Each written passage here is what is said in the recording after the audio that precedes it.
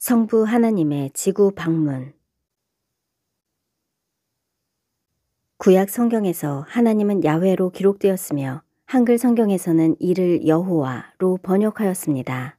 여호와라는 이름은 구약에 총 6,924회 등장하며 성경에서는 성부 하나님과 성자 하나님을 명확히 구분하지 않고 사용되었습니다. 아브라함, 야곱, 모세, 여호수아 등도 여호와 하나님을 직접 대면했지만 구약에서 사람들이 만난 하나님은 성육신 이전의 성자 예수님이었습니다. 성부 하나님의 지상 방문. 성부 하나님은 보좌를 떠나는 일이 드물지만 성경에는 몇 차례 지구를 방문하신 기록이 있습니다. 1. 인류 창조 때 하나님께서 우리라는 복수를 사용하신 것은 삼위일체 하나님께서 함께 창조하셨음을 의미합니다. 하나님이 이르시되 우리의 형상을 따라 우리의 모양대로 우리가 사람을 만들고. 다른 창조사역에서는 단수 표현인 하나님이 이르시되가 사용되었으나 사람을 창조하실 때에는 우리가 라는 표현을 통해 삼위 하나님이 함께 하셨음을 강조하셨습니다. 이는 사람이 흙으로 빚어졌기 때문에 삼위께서 직접 지구에 오셔야 했기 때문일 것입니다. 2. 바벨탑 사건. 사람들이 신할 평지에서 바벨탑을 쌓았을 때 삼위 하나님께서 직접 내려오셨습니다.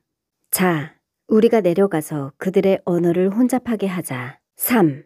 모세에게 나타나신 하나님. 모세가 하나님의 영광을 보여달라고 간구했을 때 하나님께서는 그의 얼굴이 아니라 등을 보여주셨습니다. 내 얼굴을 보면 살자가 없으리라. 내가 내 등을 볼 것이요 얼굴은 보지 못하리라. 이 장면에서 성부 하나님께서 잠시 지구에 방문하셨을 가능성이 큽니다. 성자 예수님의 특별한 등장. 성자 예수님께서는 구약에서 특정한 경우에 천사들과 함께 사람들에게 나타나셨으며 그러한 사례는 3번 모두 3명이 함께 등장한 것이 특징적입니다. 1. 아브라함을 찾아오심. 예수님은 두 천사와 함께 아브라함을 찾아오셨습니다.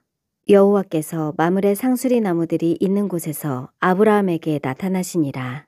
아브라함이 맞이한 3사람 중 2명은 천사였으며 한 분은 직접 아브라함과 대화하신 여호와, 즉 성자 예수님이셨습니다. 이때 예수님은 2가지 목적을 가지고 오셨습니다. 사레라는 이름을 사라로 바꾸셨으며 이는 성경에서 유일하게 바뀐 여성의 이름입니다.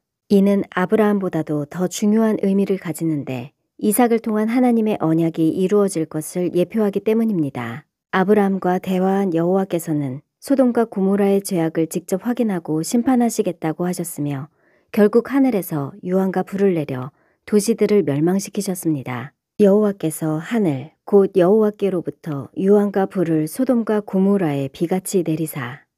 2. 변화산 사건. 예수님께서 베드로, 야고보, 요한을 데리고 높은 산에 올라가셨을 때 부활의 영광스러운 모습으로 변형되셨습니다. 그때 모세와 엘리야가 나타나 예수님과 대화하였는데 그 주제는 예수님의 떠남, 즉 십자가 사건과 부활에 대한 것이었습니다. 이는 모세와 엘리야라 영광 중에 나타나서 장차 예수께서 예루살렘에서 별세하실 것을 말할세. 여기서 떠남이라는 단어는 출애굽과 연결되며 장차 있을 휴거와 부활을 예표합니다. 이때 구름 속에서 성부 하나님의 음성이 들렸습니다. 이는 나의 아들, 곧 택함을 받은 자니 너희는 그의 말을 들으라. 3. 예수님의 승천. 예수님께서는 제자들과 함께 감람산으로 가셔서 마지막 사명을 주셨습니다. 그분께서 승천하실 때 2 천사가 나타나 선포하였습니다. 갈릴리 사람들아, 너희 가운데서 하늘로 올려지시니 예수는 하늘로 가심을 본 그대로 오시리라. 즉 예수님의 재림은 그분의 승천과 동일한 방식으로 구름을 타고 오실 것임을 의미합니다.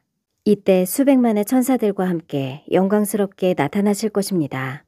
이처럼 성경 속에서 삼위 하나님은 때에 따라 직접 지구에 오시거나 천사들을 보내시거나 특정한 사건을 통해 자신의 뜻을 나타내셨습니다. 특히 구약에서 여호와로 나타나신 분은 성육신 이전의 성자 예수님이셨으며 그분은 창조에서부터 인류의 역사 속에서 적극적으로 개입하셨습니다. 예수님은 구약에서도 역사하셨고 신약에서는 우리를 위해 오셨으며 장차 다시 오실 것입니다.